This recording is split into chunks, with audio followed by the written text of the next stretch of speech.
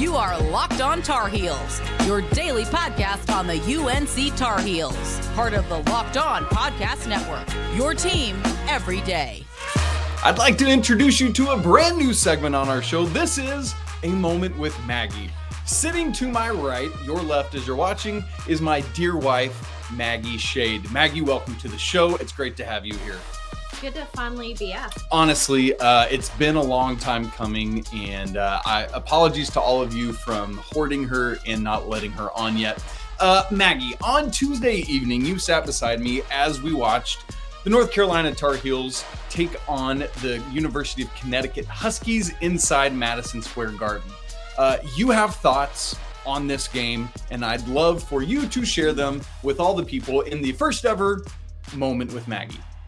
Yeah, I had a lot of thoughts after the game, during the game, honestly. The first was I did not know, when I saw the UConn coach, I did not realize that was the UConn coach because I felt like he was, like, should be doing my taxes instead of coaching college basketball. So that was a bit surprising to me that was him. Honestly, it really was. Also, I felt like his glasses were so far down his nose that I just wanted to like push them back up for him. Yes. And maybe he needs like the strap. Like little rec specs or whatever. Yeah. I just wanted to push them up. Yeah, I felt like that would have been helpful for him.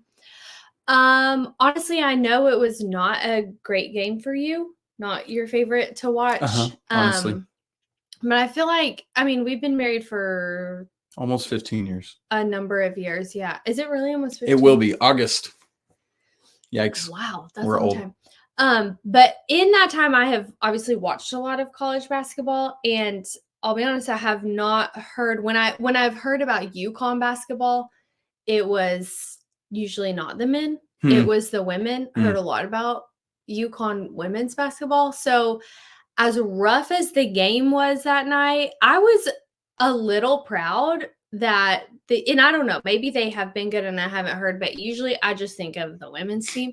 So I don't know if maybe the women like taught them how to play basketball or something. Maybe. So Gino stepped into practice. Yeah, like good for them, honestly. That was impressive.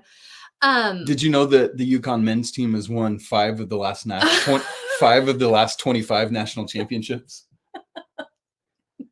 Obviously. What else you got? 5 of the last 25. I was shocked. I feel like Mondo has gotten a lot more tattoos since he started. Also, when I said that to you during the game, I said Mondo has a lot more tats, and you thought I said a lot more cats. I did think you said cats. Which maybe is also true. I don't know his starting or ending number of cats, but I don't know if that's right, but I feel like his tats have really increased, and I like them. I'm a fan. What about Donovan Clingan, UConn center, whom Mondo was guarding? Any thoughts on him? Tall boy? Tall boy. Yeah, he was very tall. Very tall, 7'2". I was kind of shocked by that. I know there's a lot of tall people in basketball, but he was very tall. And also I just felt really bad for him because I felt like his toes were not great. His toes were not great. Could see in his face that things like walking, running, shooting were hurting his toes a lot, and I felt really bad for him. I think anguish is the word I would probably use to describe what he was experiencing. Probably. Any other thoughts on the game in our inaugural Moment with Maggie? I felt like it was a good game. No, I mean, not a great game, but there was basketball played and there were points scored. And good for UConn. I'm learning so much. Good job, UConn, to get a lot of national championships. That's great for you. My knowledge of college basketball is clearly not as extensive as yours, but I do know things about UNC. So you should be proud of that. You should all be very proud of that. This has been your first ever Moment with Maggie.